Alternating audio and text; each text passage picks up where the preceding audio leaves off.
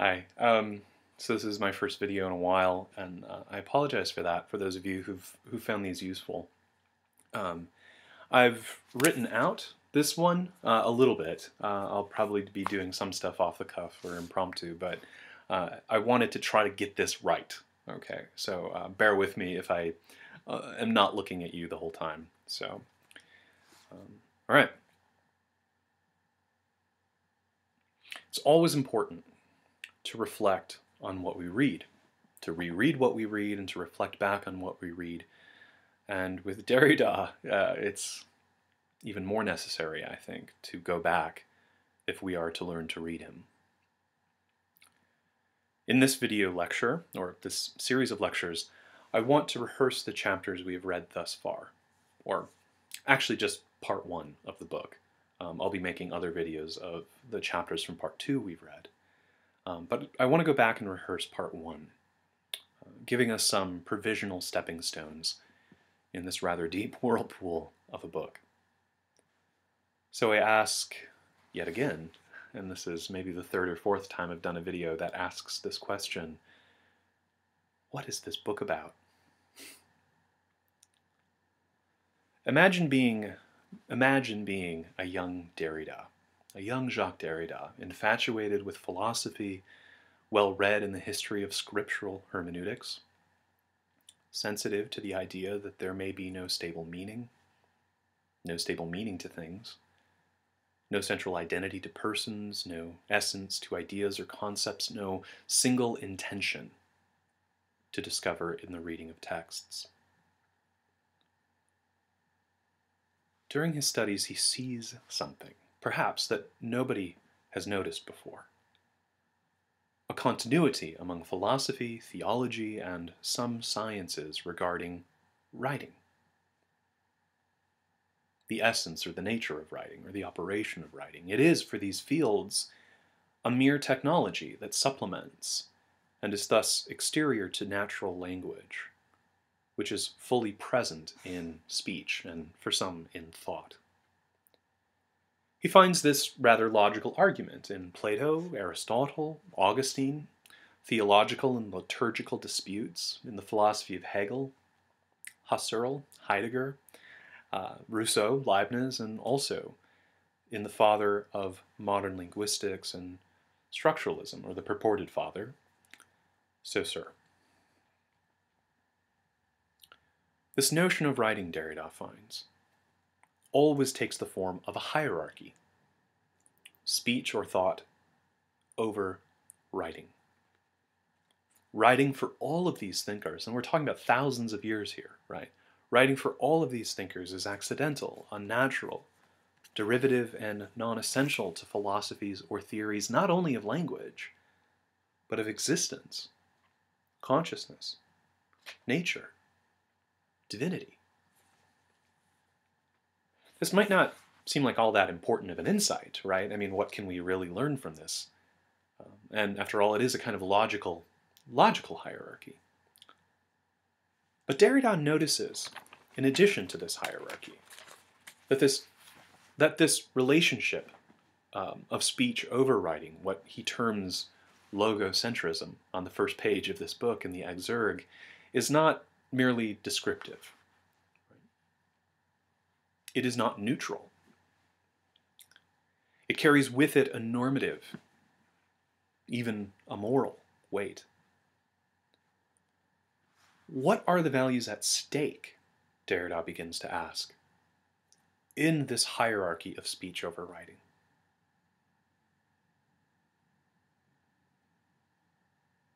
The answer? Precisely those things he may have already doubted as a young man, caught between nations, caught between cultures, caught between religion and secularism, caught between philosophy and literature, caught between his present and the past. Proximity, stability, security, purity, determinability, innocence, linearity, simplicity, rationality, identity, the alpha and the omega. the beginning and the end. To do philosophy, to interpret God's word, to govern a state, to live, to hold each other accountable, to make laws, to read, to study, to conquer other territories, to be a good person, to develop a theory of language. In order to do these things, at least according to this history of thought, these values, purity, proximity, determinability, linearity, must be secure. On page 70, Derrida writes, "To make enigmatic what one thinks one understands by the words proximity, immediacy, presence, is my final intention in this book." You should never forget this sentence. So how does he do this? How does he go about making what is most obvious to us, most self-evidential to us? How does he make it enigmatic? Let's review our first chapters. So chapter 1, the end of the book and the beginning of writing. One of the most difficult chapters in the book begins with Derrida's immediate present, that is the 1960s, and then moves backwards. Right? It actually ends with Hegel, if you remember. So what's happening in this now, right, in the 60s? According to Derrida, there is an explosion and profusion of various arts and techniques related, at least etymologically, to writing and inscription. We find in these arts and techniques, at their root, various ographies, filmography, cinematography, choreography, pornography, and you could sort of Google even more of these if you'd like. While these fields, these ographies, these arts and techniques certainly existed well before the 1960s, one might say, arguably, that they disperse and develop exponentially within Derrida's life. More than this, though, if this seems a bit too feeble of a connection, more than this, one sees, Derrida argues, developments in cybernetics, computer programming, biology, and genetics. One sees a writing or a coding becoming intelligible. A writing or a coding that does not seem derivative in the way writing has always seemed derivative in the history of thought. A writing that even precedes the distinctions between species, distinctions between human and non-human. A memory, even, without a mind. As these fields are beginning to show us, we, even, our food, our bodies, our makeup, we are already a writing, in a sense. Or we are preceded by a writing, rather. Surely such developments mean that, according to Derrida anyway, that we should rethink the place of writing in the 20 centuries and more of philosophy and thought that have preceded them. But Derrida goes further than this.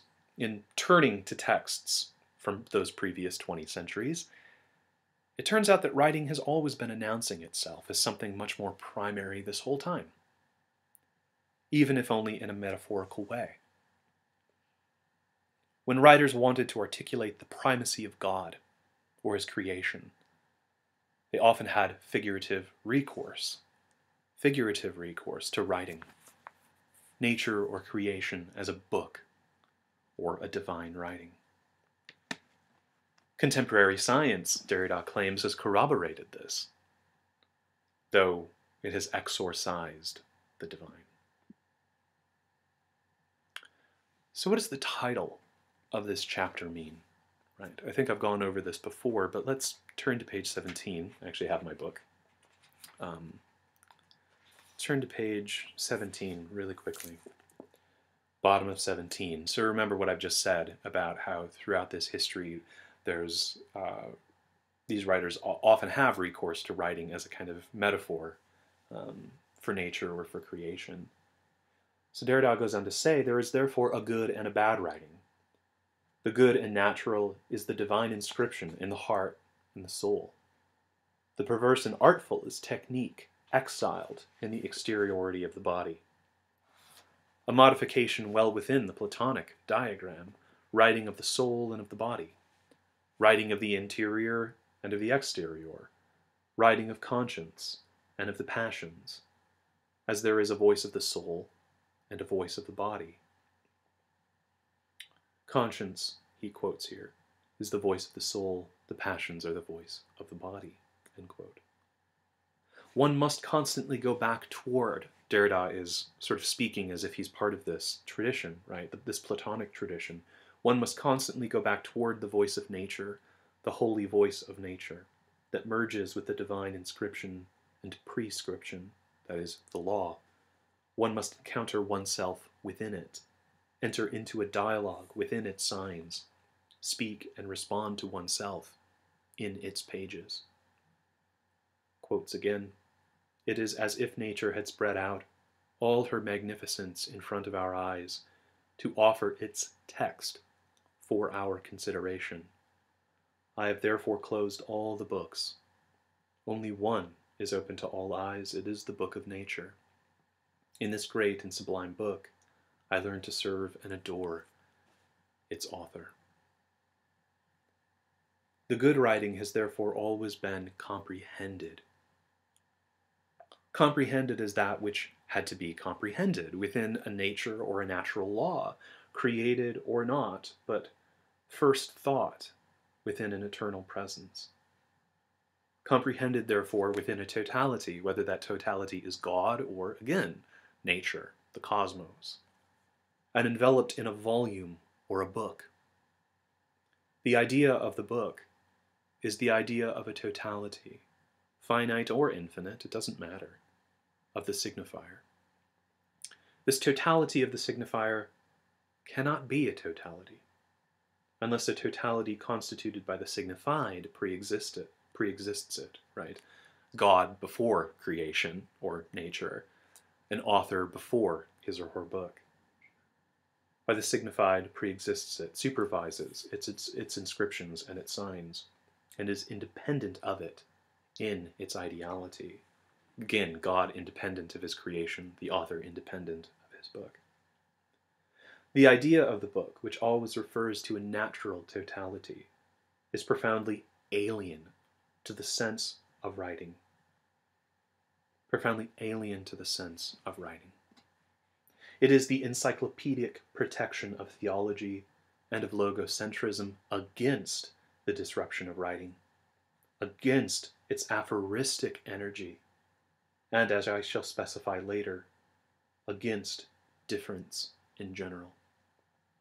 If I distinguish the text from the book, or as he does later in the Grammatology between a document and a text, I shall say that the destruction of the book, as it is now underway in all domains, right? And in all domains he means experimental literary writing, he means in the sciences, he means in mathematics, he means in the fields he's been talking about before, right? As it is now underway in all domains, denudes the surface of the text. That necessary violence responds to a violence that was no less necessary. I'm going to pause there.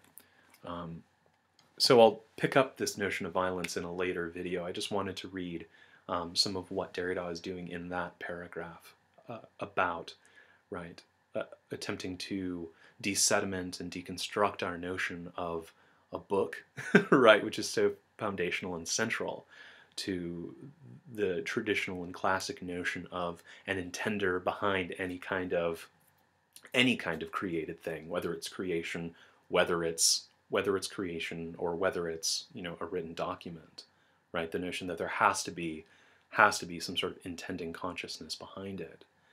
And that precisely what Derrida is aiming to do in his reconceptualization of writing is to desediment all of those associations, right, which are caught up in part of the entire root system of the hierarchy of speech and writing that he is also targeting here. Okay. All right. So I'm going to pause there. I'll come back and talk about Chapter 2 and Chapter 3.